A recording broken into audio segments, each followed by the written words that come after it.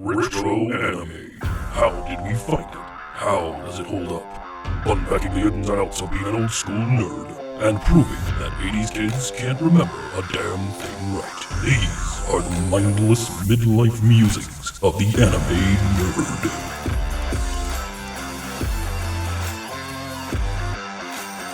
Welcome to Mindless Midlife Musings of the Anime Nerd. I'm Rick, and I'm joined by the rest of our panel, Vic, Brian, and Lynette. Hello, everyone. Hey, everyone.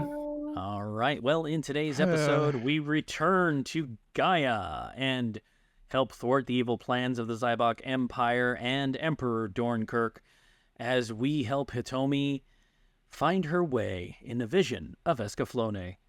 We are now in the final stretch of our rewatch of Escaflowne. Our rewatch, I say rewatch, but really it's our first watch. None of us had ever watched Escaflowne before. So of our first watch.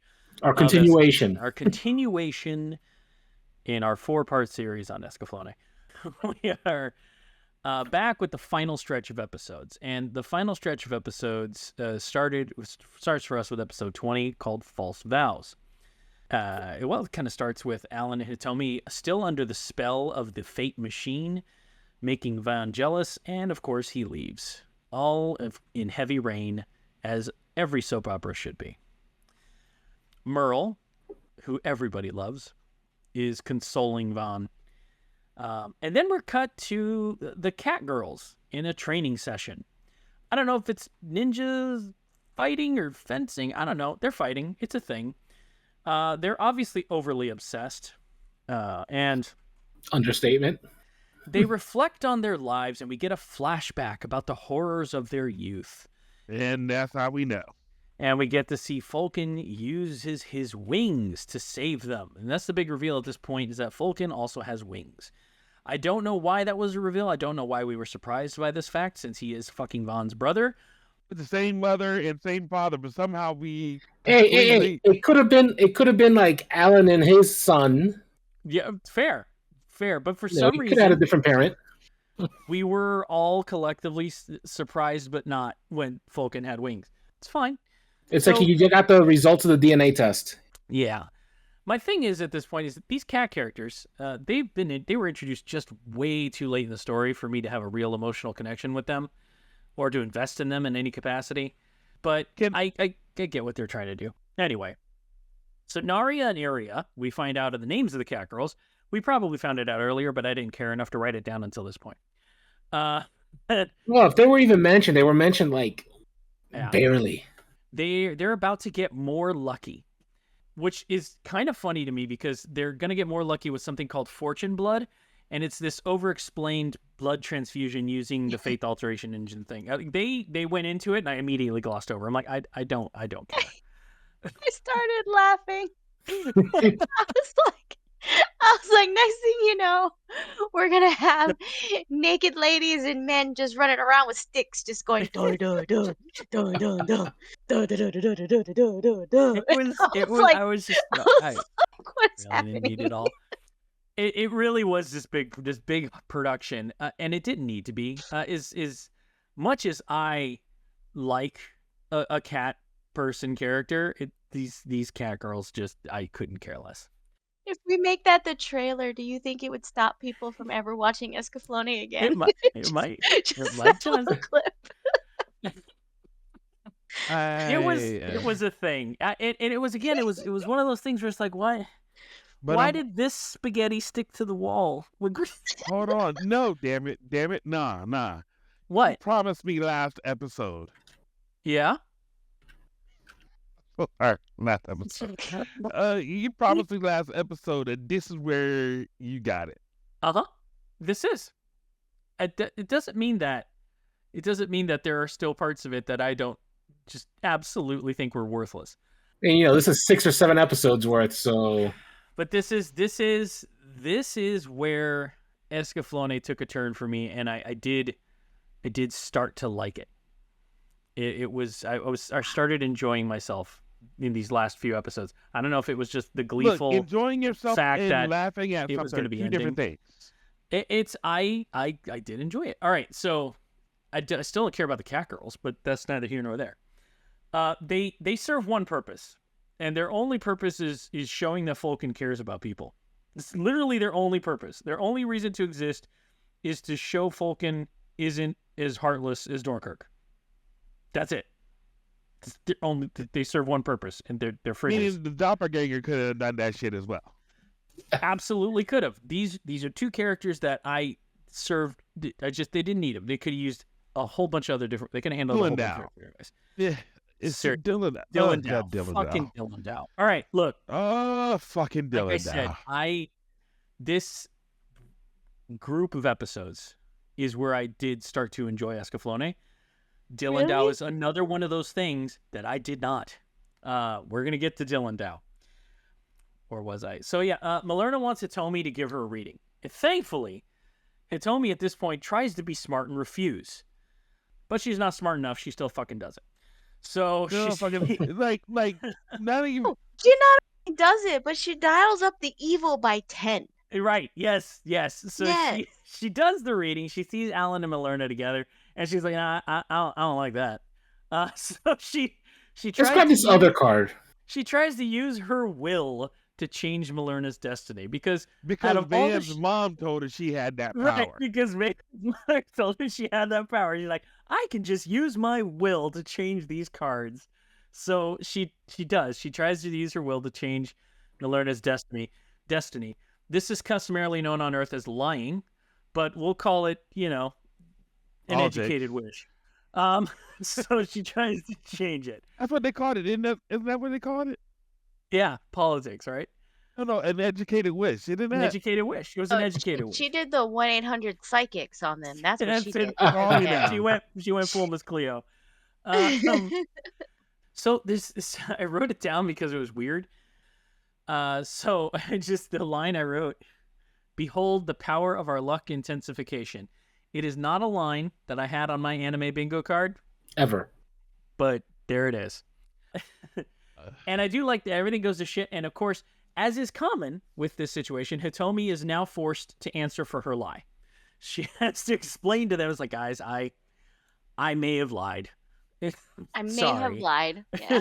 Sorry about that. And then she agrees to surrender herself to Fulkin as this episode comes to a close. Yeah. My indignation right now is actually supposed to be saved for the next episode. So well, this is good. Here we go. Episode 21 is the reaction of fortune. The cat girls take their prize. They capture Hitomi. Van, of course, tries to save Hitomi. The luck intensifier malfunctions because Alan catches Hitomi as the cat girls begin to randomly start fucking suffocating. I don't know what luck has to do with suffocation. Right. But they retreat. So basically, it worked for this moment, but then it's now the same luck is killing you. So you went from good luck to bad luck. It just absolutely. Intermittently. Mm-hmm. If you watch the episode of Supernatural where the lucky rabbit's foot is, as soon as you lose the lucky rabbit's foot, you are cursed. Well, as soon as their luck ran out, they got cursed. That's basically what happened. It flip-flops completely. In the whole, and this is so bad, but I actually listened to that long ass speech that they just now made me curse again. This is the third time the series has made me curse. In that long speech, he does say it replaces your blood with the synthetic lucky infused thing of the people that he sacrificed. Yeah. And then apparently the emperor knows how. And then basically the emperor knew how to extract your DNA and basically CRISPR'd them. So he CRISPR'd them, and they can only live off of lucky blood. And if the lucky blood doesn't work, then they die. Right. Which absolutely comes into play here. And again, I want to say, yes, I did start to enjoy Escaflowne at this point. No, I still don't like these cat girls. I still feel like they were a waste of time. They were a waste of characters. The whole subplot of them, completely unnecessary. But we're going to move forward. But it does show, however, that the Van and his brothers are birds, and cats love birds. That's a great, let's go with it. That's the only upside I can Because fine. Explains all the cat girls in the show. Yeah, Falcon is older. He had 2. He had a hair. He taught putty tat, and he did. He did. Oh, I can man. hear the disdain in that description right now. So, Alan, the cat girls is suffering. Naria her luck goes completely south as her Gaea Malef fucking explodes. Yeah. She, of course, survives because her luck's not completely out, or But she she had was the one 8 that lives left. kissed him first, right? Wasn't she the one that kissed? Right. She was the one that had her special moment. For me, it is imagine what's that movie with Scarlett Johansson when she's become super smart because of the drugs that get pumped into her? Lucy. Yes. Lucy, right? Yeah. They're going from 10 to 20 to 30 to 40. Yeah. Right? It's where big numbers flash between my eyes, but going in the opposite direction. Talking about how little I care about this shit. Right. It took too long to get to a point where the characters were more interesting or not terrible. And so I don't care, right? And if I had stuck to my rule of 3, I never would have got to this point in the fucking anime to begin with. For sure. I guarantee I would have walked by episode 3. But we powered through it. All right, anyway. Moving forward. Hitomi's abducted by Naria.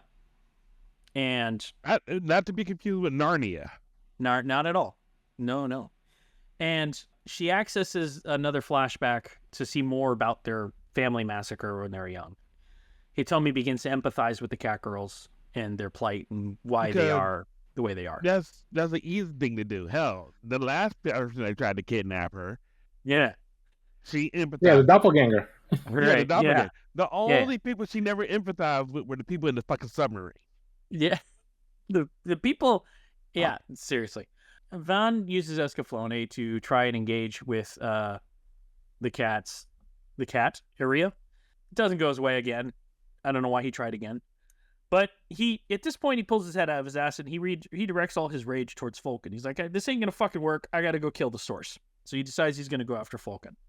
Naria does get to do what I've been wanting to do the entire series, and she smacks the living shit out of Hitomi. It was great. Best scene ever. Had to call that part out. It was fantastic. Matter of fact, we've had moments like this. We have. Like when Merle beat her awake.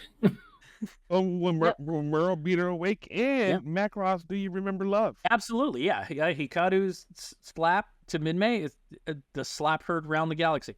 This felt like that for me. I was very happy with it.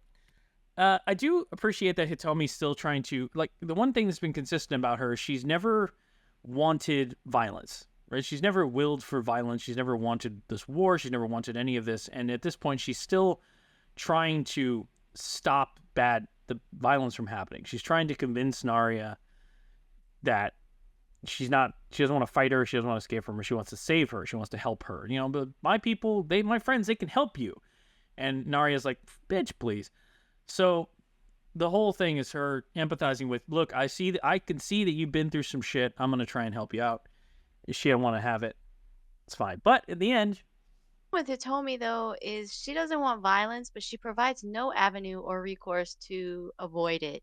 Without they go, help us to avoid the bad guys by doing a card reading. No, I am not your tool. Right, yeah. Don't do violence.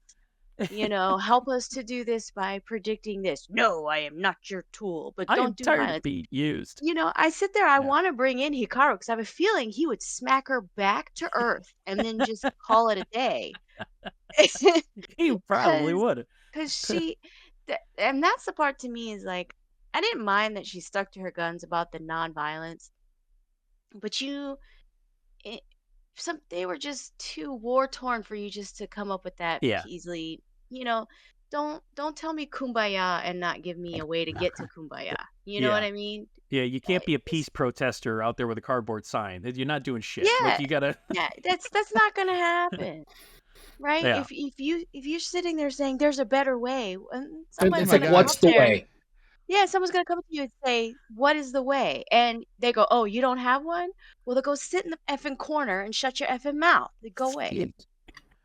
Boy, that sounds Like that's like I hate a 2-party system. What are we gonna do? Right. Yeah. So what do you want to do about it? Well, I made yeah, cupcakes. Great. Thanks for that. yeah, Yeah, right? Exactly. yeah. I hear the condemnation in our voice. Yeah. Oh, I'm So sorry. By no, these you're episodes, I had no more F's to give for this. I was just like, set the world on fire, do what the Atlanteans did, and let's call it a day. They killed themselves. You guys do it too. It's cool. I want to see that happen. Light it up. So Vaughn and Fulkin, they do end up having a little meet and greet, and they discuss making a new world. Vaughn ain't having it. No. Go ahead. No. That's what happens. Problem is this. Lay it on me. After the come to Jesus moment or the false equivalency of peace or whatever, Yeah. Vaughn is destroying Fulton's ship. Oh, yeah. And Yeah. cat ladies have Hitomi Yes. to capture. Yeah. And they say, you'll probably slow us down and you stay. Right. We have the end. We have our mission. This girl is our mission. We've completed our mission. We're fine. Yes. And they're like, nah, you can go. That That was moment, the I came weirdest down thing. to 50%. Again, the cat You were girls. still at 50. You were at 50%. Well, The cat I was at girls were 7 not look, for me. Look, it's more like 50% of zero. My Like- my red light was blinking, telling me I needed to charge. That was how low we were for this thing. So yeah, the Zaibach ship, it explodes, right? It comes crashing down. The cat girls are inside. Their luck has run out. Their fortune blood is not working. They die. Fulkin at this point has fucking had it because Dornkirk's like, I don't really fucking care if your little kitty cats die. And he's like, fuck you. And then he bolts. So it's at this point that Fulkin's done. Too late. Yeah. You can't pull the John Wick dog right now. Right. No, you cannot. You can't. All of this, yeah, it's it's so late. It's so late in the game. I really wish they would have done this with him way sooner, because he would have been a far more interesting villain to me. At this point, he was one note. We're ways off from finishing this, but I'm gonna go ahead and jump to this now to sort of just. I would love to have recut this. Like if I were like in any position to take on a project like that, it'd be like, I'm gonna edit Escaflowne into a series that makes sense. Mm-hmm. I could get this down to 13 episodes. Probably. So, all right. But look, man, how many anime that we've watched can you say this about? Like, there's a bunch where it's like, you know what, this needed a good editor. And there's a lot of them that are like that. It's like, you guys needed a better editor. You needed somebody that was willing to tell the director no. And be like, listen, dude, we gotta trim some of this fat. That's what this anime needed, because there's, to me, in my opinion, these next few episodes give me more character growth, more plot points, more things to deal with, care about, and digest than the last 15 episodes.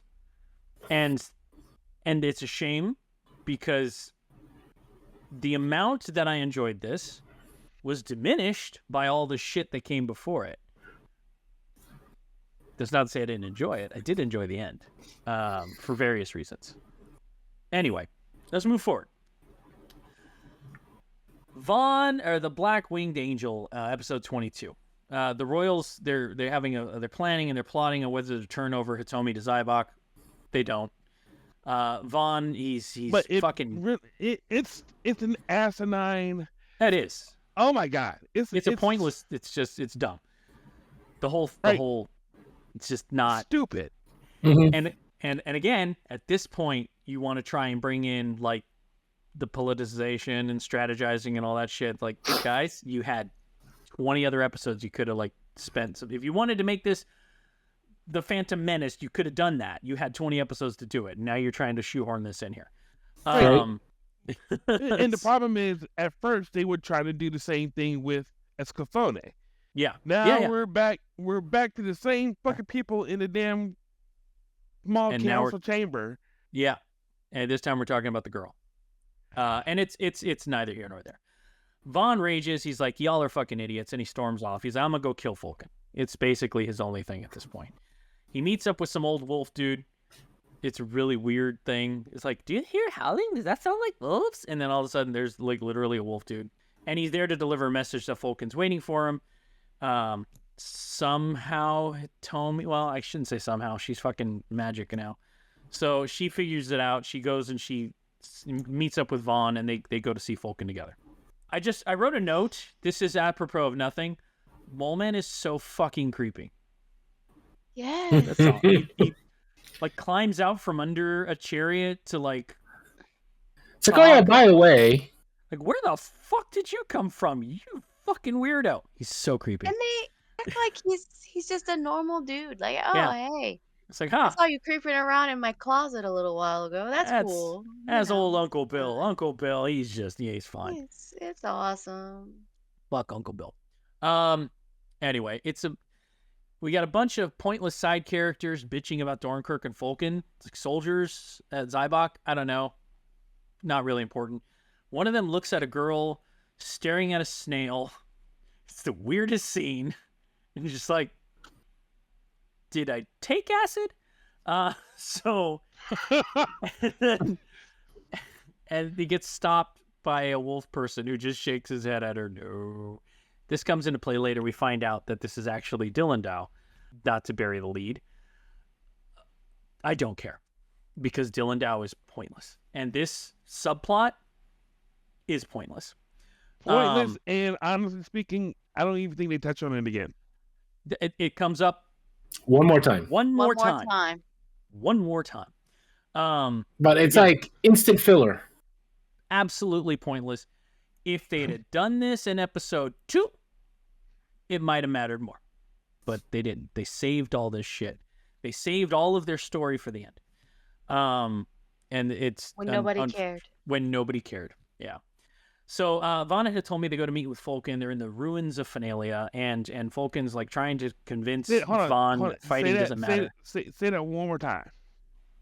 Vaughn and Hitomi go to meet Fulkin in the ruins of Finalia.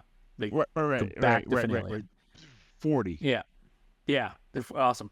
The dragons attack them as Fulkin's trying to like explain to Vaughn his motives.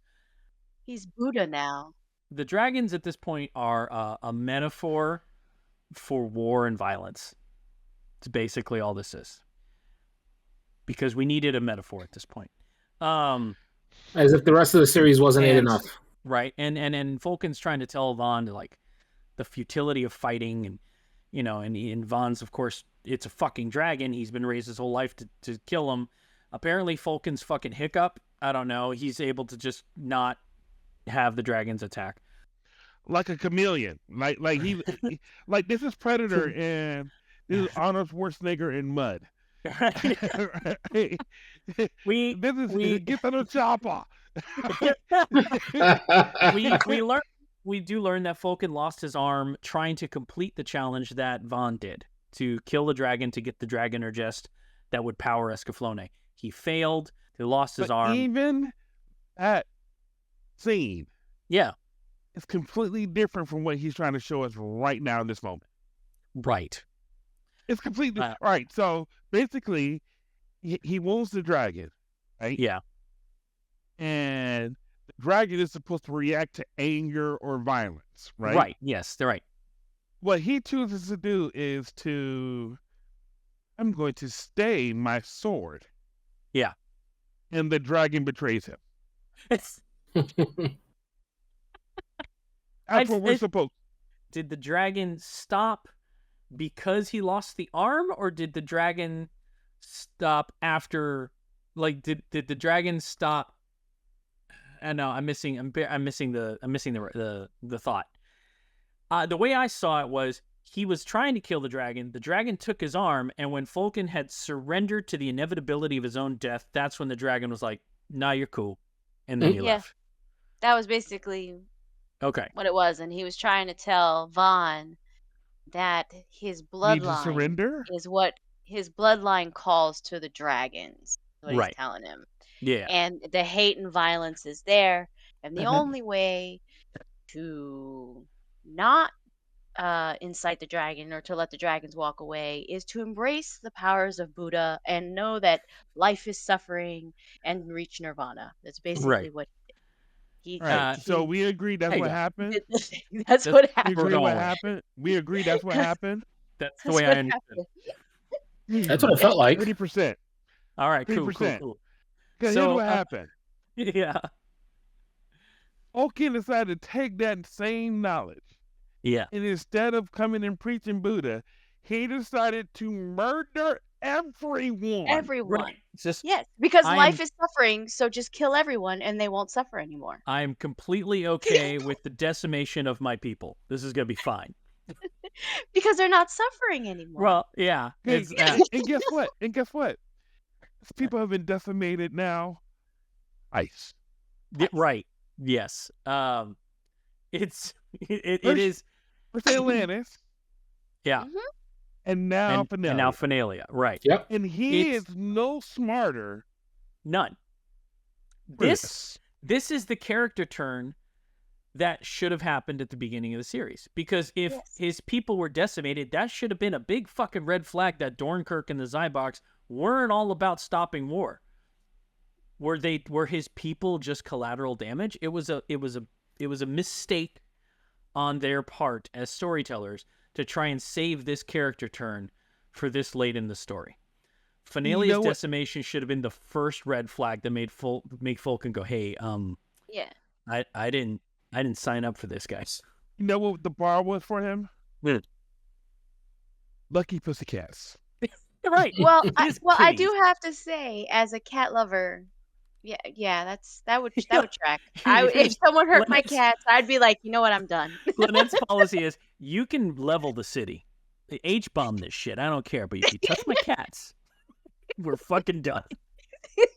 Touch my cats and you're done. You're And done. then she'll go all John Wick. I don't care what you say. I don't care what you're saying. Touch them cats. Touch Yeah, touch my cats. Fuck with my cats and see what happens. But yeah, that's why I said I could edit this shit down. I could get it down to 13 episodes. I could probably get it down to 10. Anyway, so Fulkin's whole idea is Dornkirk had proposed to him a world free of war, which is exactly the kind of thing a tyrant says. And I'm just, as a note, when you work for someone and he calls himself an emperor and he has an empire, you might be working for the baddies. You might want to just consider that part when you're choosing your career. Look, But nevertheless, he aligned himself with all Dornkirk. he had to do was look at their project notes and say, exactly when does the piece start? Like, Right, at what- exactly. Because we. The distorted face on the screen was bad guy. Yes, the right in there. Zordon version of As soon as you see him on the screen, I was like, "Oh, that's a bad guy." Right. Don't listen Back- to him. look, no good guy has ever been from face. Palpatine. I mean, Especially a face that takes up the whole room. Yes. Yeah. Yeah, so it's Now, again, I do have a it's question. a character turn I liked. I hated that it came at episode fucking 22 and not episode 2. From an IT Mhm. perspective, is that way too much hardware for him to even be? You can Done never that. have too much hardware. Patched in. Yeah, I mean like there's, there's never too much tech. Oh, Like just I his- mean especially steampunky tech. I'm going to come back and ask this question again. No, just showing his face that large shows that it was a PEBKAC error. It really wasn't the technology. And so to translate that, PEBKAC is problem exists between keyboard and chair. So it was not. So it's a PEBKAC error. Does not have anything to do with Wow. the technology. That was the biggest fucking CRT I'd ever seen. Anyway, they Yo, it was oh man, so it's at this point episode 22 that Fulkin's character arc comes to fruition and you understand his motives and you understand what's going on. Again, late in the game, but I did like it. I really wish it would have been 20 episodes ago. Right. Episode 23 is the Storm Premonition. Now, Falcon appeals to the kingdoms, the 7 kingdoms, I'm going to call it just to keep flow here, for asylum. And they're all like, fuck you, you've been trying to kill us for ages. We're not going to, they're like, oh, whatever. Anyway, he convinces them to align and come together. Easily. Barely an inconvenience. A Lannister repays his debts. That's basically what he said. And he gave them...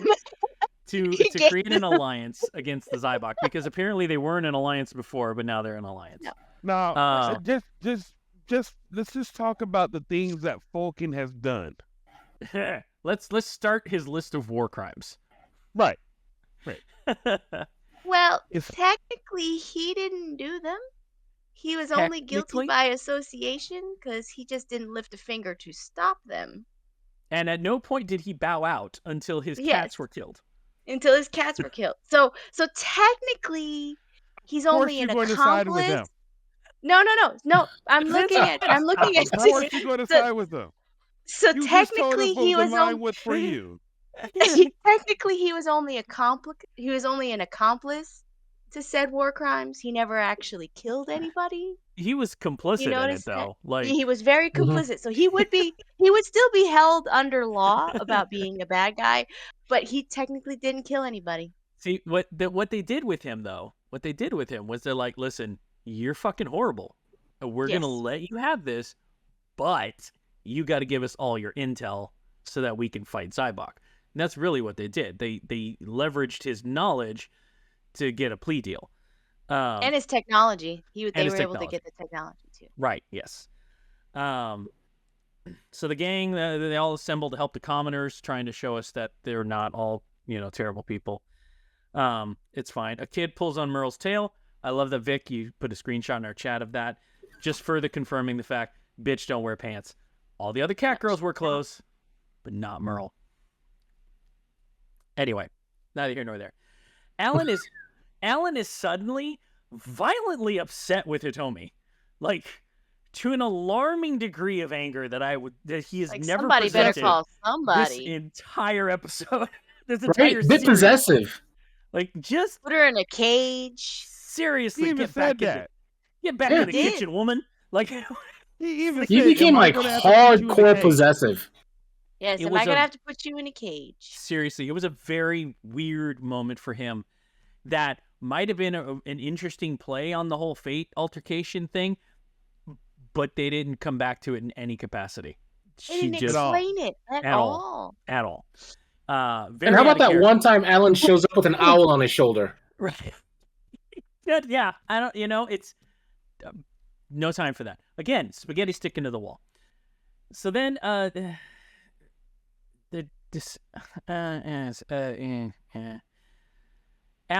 tells Hitomi that Chid is his kid. And then he proposes to her because that's just like, listen, I have a kid, marry me.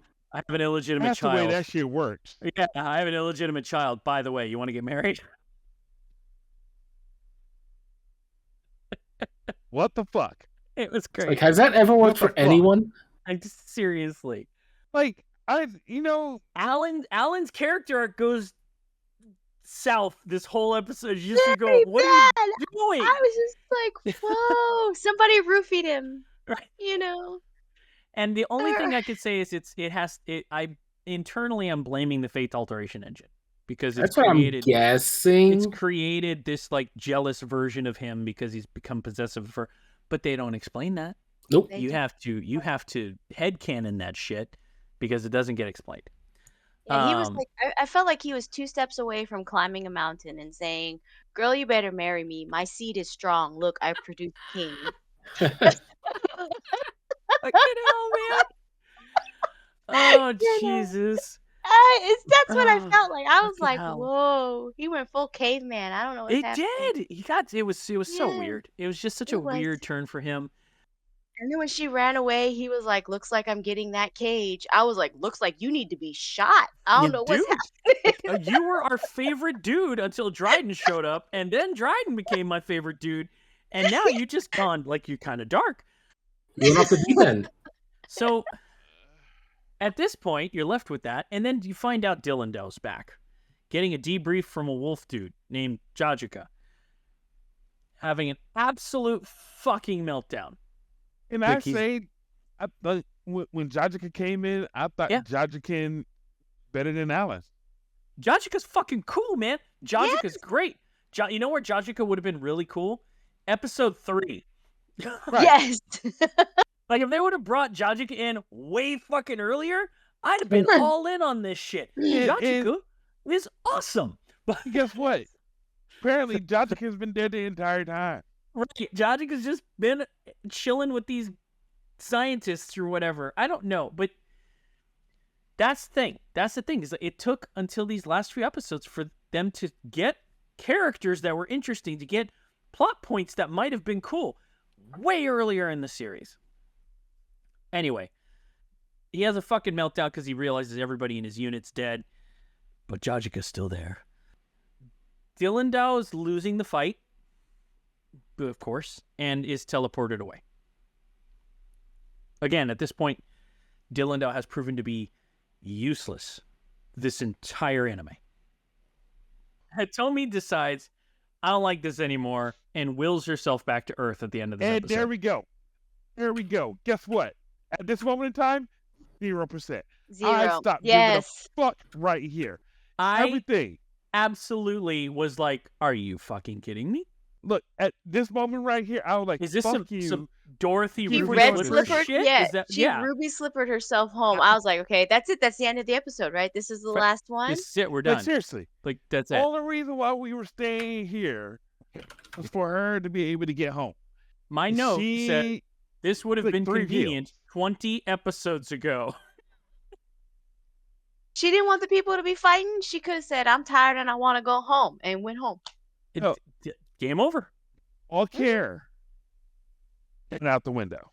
So I desperately wanted to understand the point of that. And at no point does it matter or make sense. No. I just want to point that out. None. Episode 24 begins. It's called A Fateful Decision. And Hitomi is giving Amano this whole story. He thinks it was a dream. She's back on Earth, Amano being the love interest from Earth, in case you don't remember, because he was only in the 2 episodes. Hitomi at this point realizes she actually went back in time. Went back in time to one day before she ever left, which does play into the whole timey-wiminess when Dornkirk wanted to see the girl again, and the grandma was a girl. Or was Isaac, Dornkirk, right? It was Isaac. Alan's father. It was Alan's father, not Dornkirk. All right, thank you. Alan's father. Alan's father wanted to see the girl again, and she came back, and it was a young girl. So time is clearly a timey-wimey thing between Mystic Moon and Gaea. So I'll give them that. Of course, going back in time, she comes back with a little more perspective. She realizes that she sucks and she's a terrible friend, and didn't realize that her very best friend has been obsessing over this guy that she barely had a passing interest in anyway. But he was going to be her first kiss, remember? Let's remember that. Mm-hmm. Anyway, back to the fight that matters at this point. Fulkin, he says that Zaibach can't make the teleportation things, which is kind of an interesting thing because that sort of rules them out for all the teleportation nonsense that's been happening this entire series, except that Dillendao just fucking teleported the episode before, and they never explain it. And he actually teleported to Zaibach.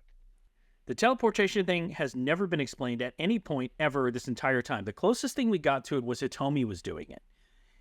And that was immediately proven not to be the case by other shit getting teleported without any control. Dillendao teleporting away is a prime example of this.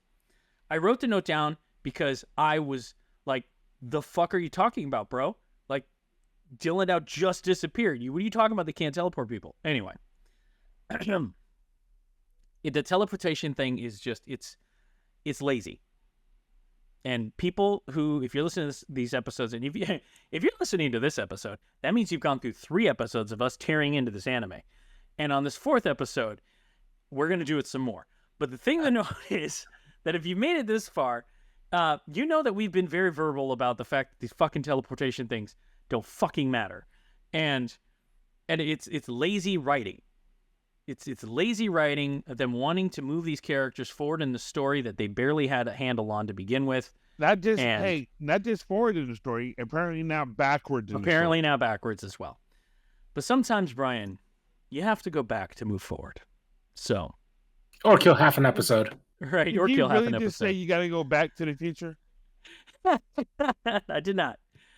So Selena's been missing for 10 years. And in case you guys don't remember us talking about Selena before, that's because she was not fucking important mattered at all.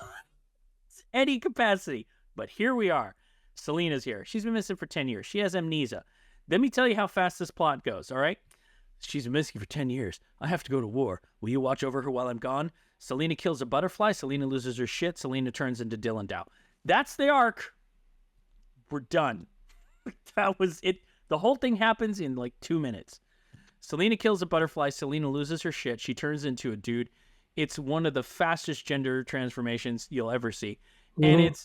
And that's like, it. It's a cutie honey. Faster than this. Yeah. Go ahead. Like, Cutie Honey did it better. Without a doubt. Without a doubt. This happened really... Not Cutie Honey. Ranma 1/2. Ranma 1/2 does it better every fucking episode. Oh, yeah. This happens episode. so fast, and it's so... The importance of this as a plot point cannot be overstated. It's very overstated. This doesn't matter. It doesn't matter to Alan's story arc. This doesn't make Alan a better character. It doesn't make him a worse character. It's a pointless blend. You know how pointless it is? I'll tell you how pointless it is. I haven't seen it, but in the movie, they remove this version of the plot entirely. Dylan Dow is not Selena in the movie version. That's how unimportant it was. They couldn't even bother to keep it. So, just saying. Back on Earth, Hitomi's reliving the night she first met Vaughn. She's going to do the running thing, 14 seconds, you'll be my first kiss thing, that whole moment that we saw in episode 1. Because she decided that's when she's going to go back. She makes the decision she wants to go back. She wants to go back. Ruby Slipper time, right? At this point... The Emerald City time. It's more Emerald City time. Yeah, Vaughn teleports to Earth, basically, at this point, and he tells Hitomi never to leave him again. And then they all go back to Gaea. That is the most maniacal laugh I've heard from her. I won't we gotta be spoil it, careful. but The last time we broke Rick this way. No, you're good. So we gotta be careful. I know. Yes. Yeah, I when won't you look spoil it. that statement, and then the last episode, right? I know, and it's like 2 episodes away. This is like right here. Mm-hmm. Anyway, episode 25 is the Zone of Absolute Fortune, and basically at this point they come back. Gaia's turned to shit. The soldiers are like, "Hey, we're getting our ass kicked," and Vaughn's like, "I'll help you on the front line." They're like, "Thanks, buddy." He's like, "But first, take Hitomi and take her away from me. I need her to go away from me because and she's like, "No, I want to stay." It's the stupidest reason. Yeah. I keep you here. I'm going to rely on you right to help me win the battle we are desperately losing. Hitomi and Falcon, they're having a conversation, and they discuss Dornkirk and how they're going to stop his plans. Falcon wants to use this machine that teleports. That thing that the Zaibach army is not supposed to be able to do. Mm-hmm. He's going to use the machine to teleport to Dornkirk. Hitomi then, of course, has a vision of his fate, and she don't like that very much. And in a not at all subtle reference to the atomic bomb attacks on Hiroshima and Nagasaki, not even... I was going to say Hiroshima. Subtlety? I was going to say Hiroshima. Yeah, Hiroshima and Nagasaki. Subtlety, not at all. The Alliance uses a weapon of mass destruction on the battlefield. And it does... It did give me a thought.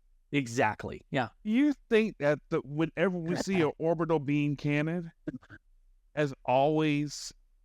Could be. It could be. I mean, think about it. to that. It could be.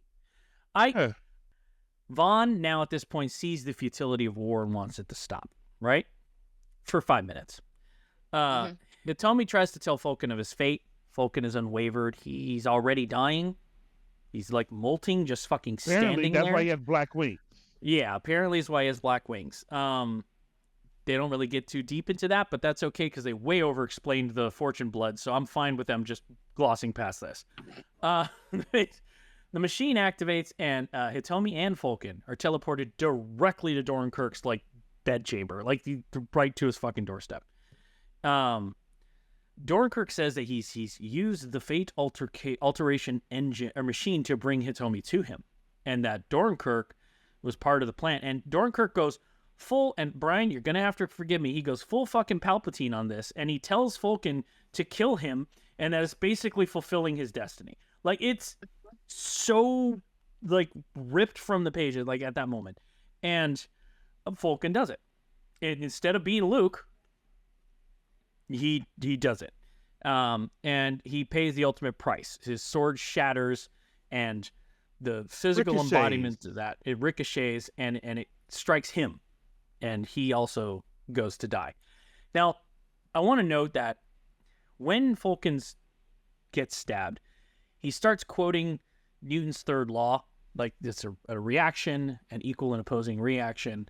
For every action, there's an equal opposing reaction. And they're starting to telegraph it. I really wish they would have telegraphed all this shit way sooner, because it could have been an interesting plot point. But they're telegraphing it now. They're telegraphing the identity of Doran Kirk. Isaac Doran Kirk is Isaac Newton. That's who he's supposed to be. And they're telegraphing it now with him quoting the third law. The guy's name's Isaac. Anyway, Doran Kirk's ghost fucking shows up now, because that's the thing. And he tells Hitomi, everything is proceeded as planned. Woo-ha-ha-ha. And now we go into the final episode, as everything that could go wrong has gone wrong.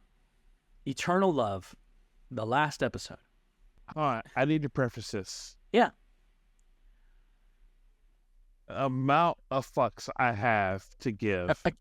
Again, Brian, I understand. At this moment, I can care less about anything that happened from this moment.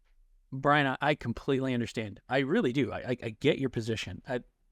Like I said, the parts of Escaflowne I like have all been here, but none of it's been earned. Anyway, we'll get to it. Closing thoughts are going to be fun.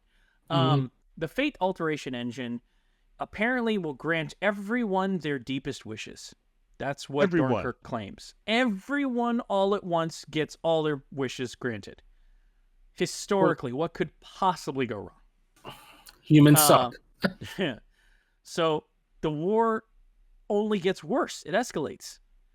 War only brings more war, right? The alliance. Everyone wants to win.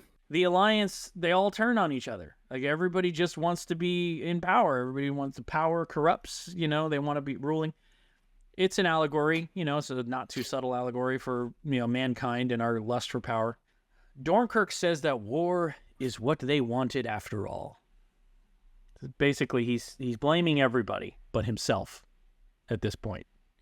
And here in the 11th hour, we get more backstory on Dillendow. We see what happened to him, her, essentially. Vaughn and Dillendow have a fight. The reason I'm not going into the backstory is because I don't fucking care. Vaughn and Dillendow, they have a fight.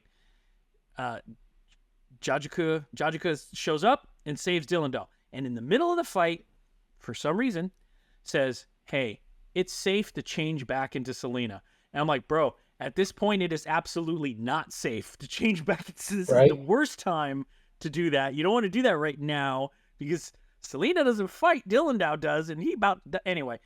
He sacrifices his life to save Dillendow because he actually cares he cares about Selena and wants Selena to be free of this curse of being Dillendow and whatnot. Sacrifices his life to do it. Again, Jajuka is a cool character that I would have cared about if he'd been around this whole fucking season. He hasn't been. He dies. Vaughn comes in for the killing blow, and Alan stops him because Alan now knows the truth. that Dylan Dow is Selena, his sister, and he's willing to die to protect his sibling. I dig that. Would have been great if this had been... Anyway. Especially saying that Dylan Dow has killed all of his men. All. Again, this is like, if this was going to be your story, guys, you could have led with this. Would have been great. Dornkirk claims that they wish to fight each other. That Alan and Vaughn, this is what they want. That they wished for this. He's telling Hitomi. His ghost is telling Hitomi. And I wrote a note. The chanting in the music for the sequence, they're just saying Escaflowne over and over again, and it made me laugh. Escaflowne! And I'm like, hey, that is great.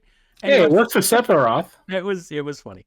Dylan Dow is Selena again for the last time. This time we think we maybe know. I don't know, and I don't care. She climbs out of her Gaea left. She's watching Alan defend her. Vaughn hears Hitomi. Hitomi's like speaking to him. It's like psychically. And she explains what's happening and that he has to choose to stop fighting. Now, it's very interesting that she brings this up because I don't know that Vaughn's ever been told that he has to choose not to be violent before. Not like a couple episodes ago by his brother at all. I don't think. Anyway, it was a revelation for him. This is a new one for him. It was a revelation for him. He was truly taken aback by it. Vaughn ends the fight. And Alan's like, I heard her too. You should go to her. And he's like, you're right. I should totally go to her. And he takes off to find Hitomi. Vaughn, Escaflowne misbehaves again. I don't really understand that part. Maybe you guys can help me through that. He's trying to fly to Hitomi and Escaflowne stops working. So then Vaughn has to fly under his own power to get to Hitomi. And it's all bad luck. Yeah, but that's right. The bad luck thing was over, right? Anyway, I don't know why. He tried to kind of explain. It didn't make sense. Escaflowne collapses. He's flying under his own power, and he's molting the whole fucking way. The fact that he has enough feathers to make it is amazing. I know, right? But his feathers fall, and they create a calm. Like, they calm the minds of the soldiers on the battlefield. And he's suddenly the White Dragon. That's what everybody's calling him. At this point, again, shit that they could have. Basically, they literally turned him into Jon Snow. Yes, they did. I liked this shit. I just hated that this shit came so late. This was interesting shit that they could have played with. They just anyway. All right. Dornkirk, the ghost of Dornkirk, recognizes pure love, the pure love that they have for each other, and that it overpowered the violent nature of man.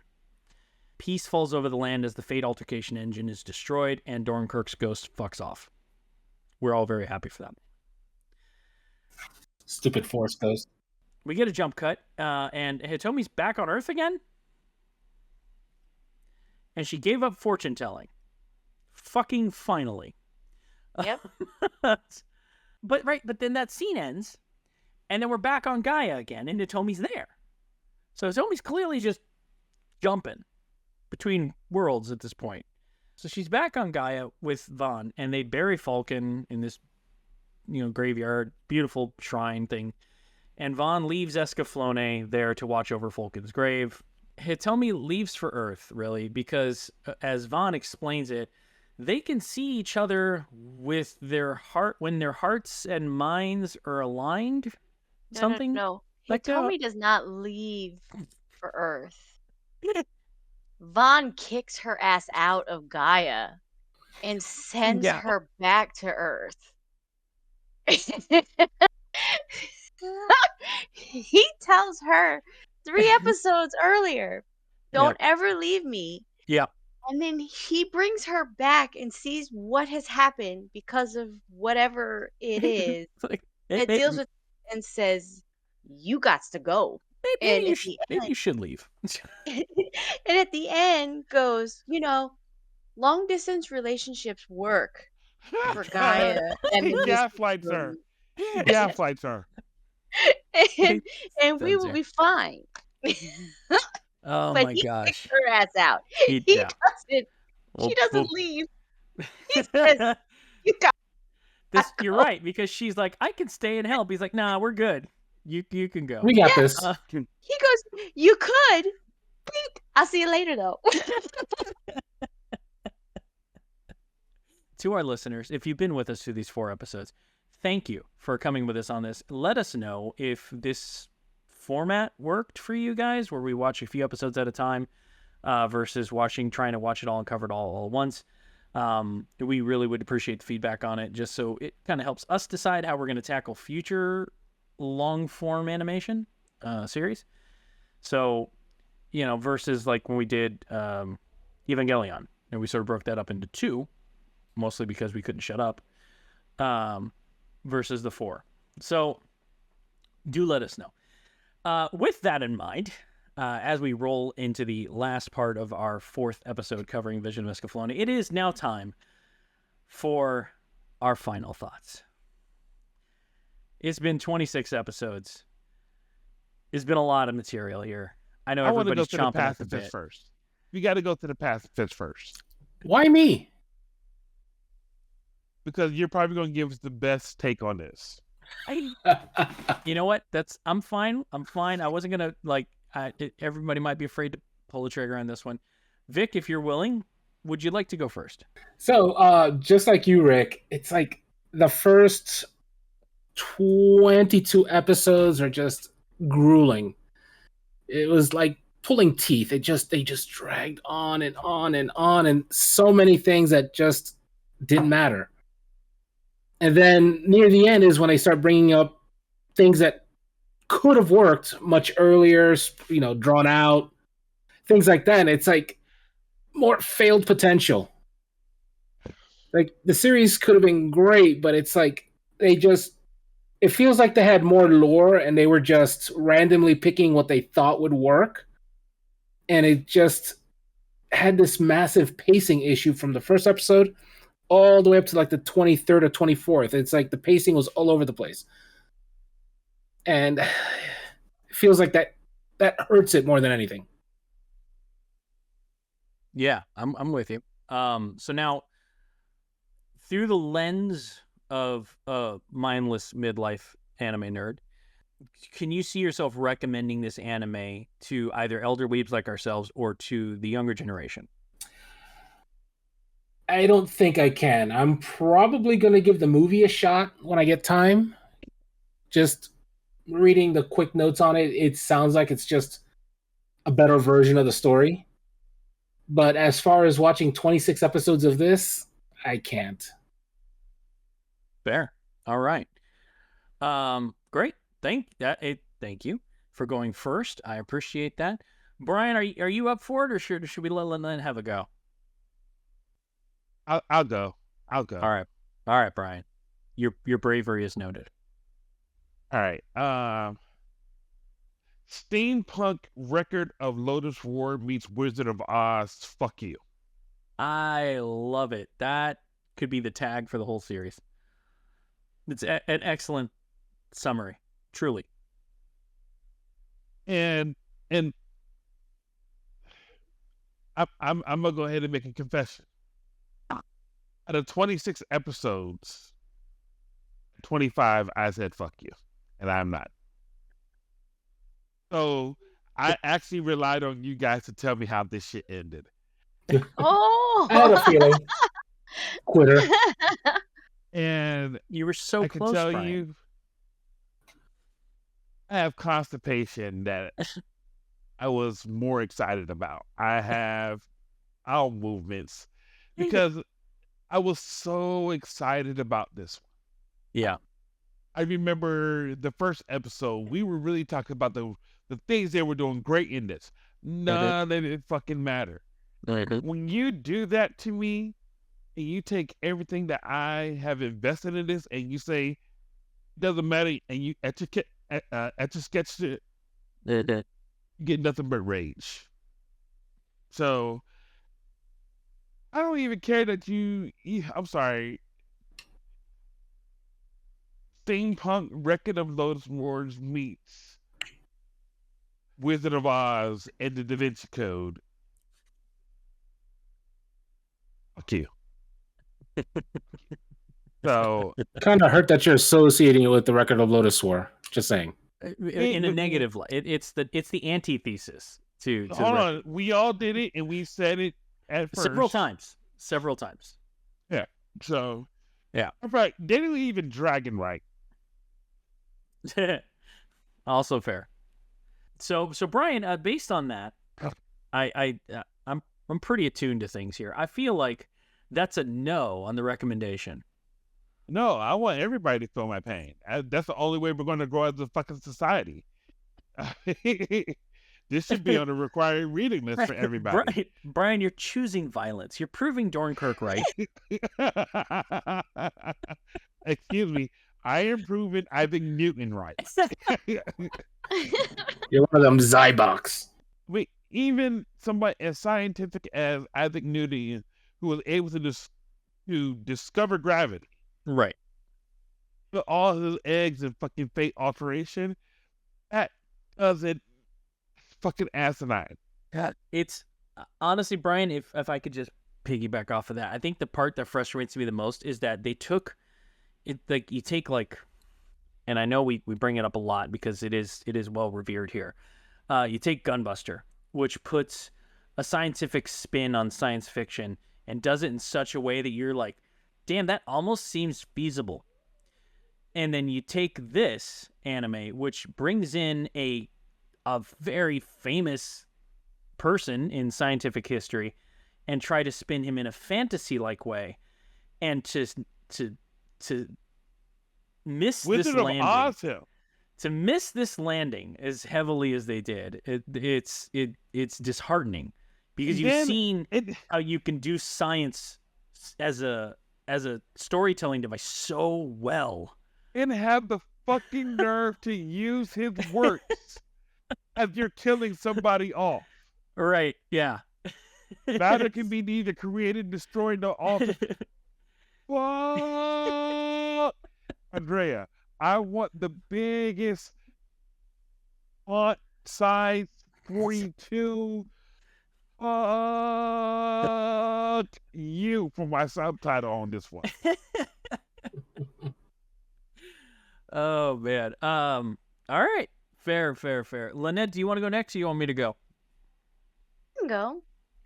Yeah? Don't drink and draw. And if you want to watch a good episode, watch Drunken Histories. And that's what this series is about. Yeah.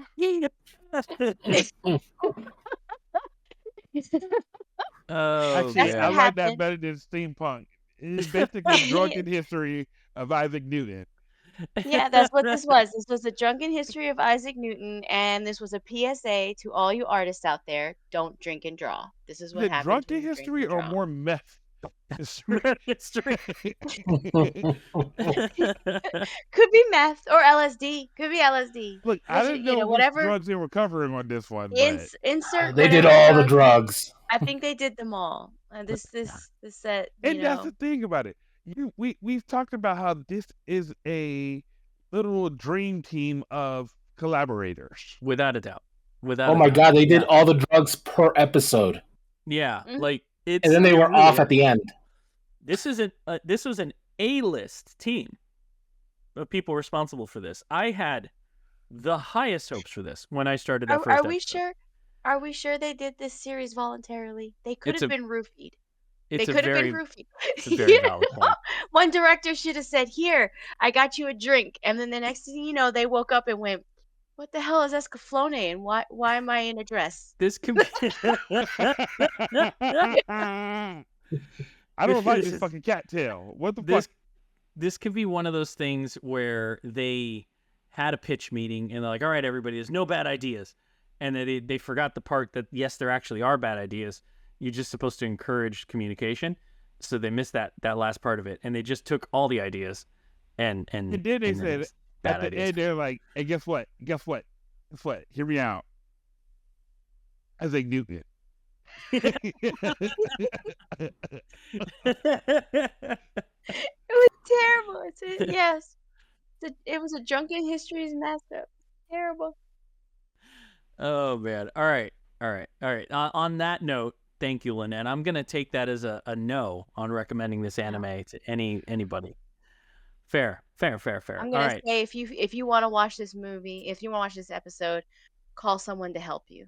It's Seek okay. help. Get an emotional support anime weeb. Matter of fact, this is not the one you want when you're. This is not the one you watch when you're going into a group collaboration project.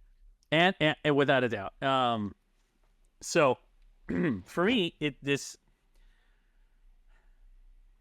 is the anime of missed potential in so many ways.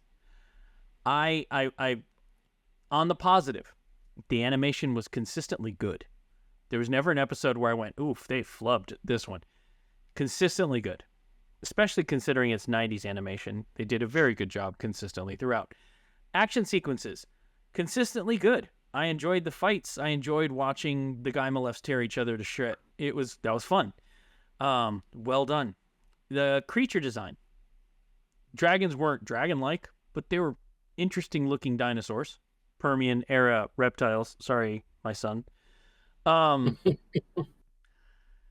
Gaea themselves, pretty cool. You know, they were neat. It was an interesting idea. The steampunky nature of it, and the way the armor worked, like all of those things.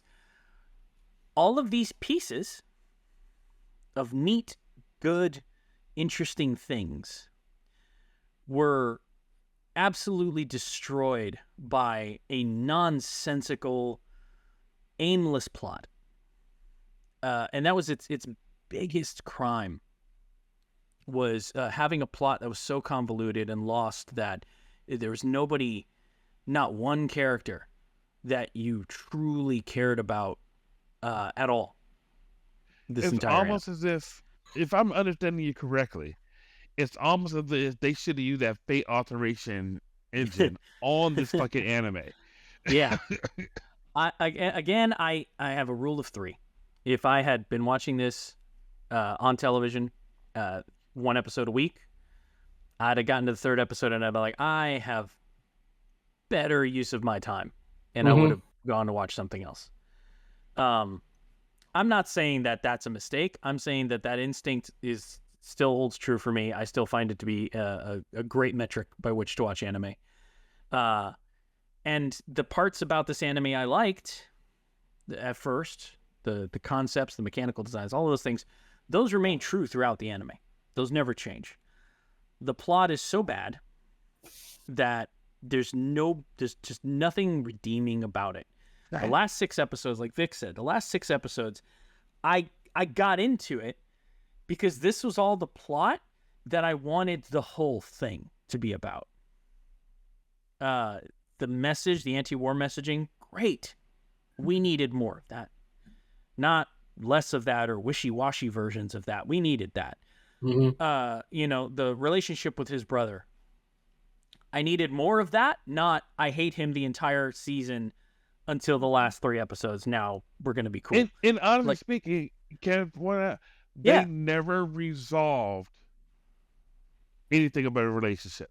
Absolutely not. If they could build an anime from the last 6 episodes and go and move forward from there, like if I would have started with episode 23, 22, 20, I might have if that was the start, I might have been a better anime for it, because by then they'd figured out what it is their messaging was going to be, what the story was about. At no point before that was the story about any of these things. And if it was, the messaging was so lost in a sea of uselessness that it becomes difficult for anyone to watch. I don't recommend this anime. I know this anime was loved by many. Loved. Yeah, it's still.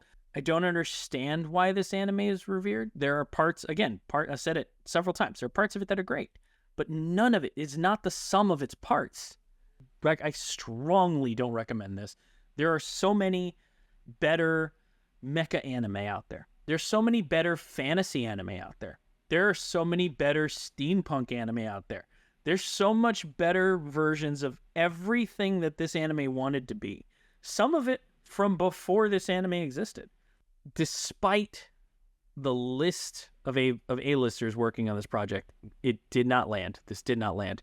So anyway, that's I feel like we need to wrap up. We're long. That's going to do it for our show.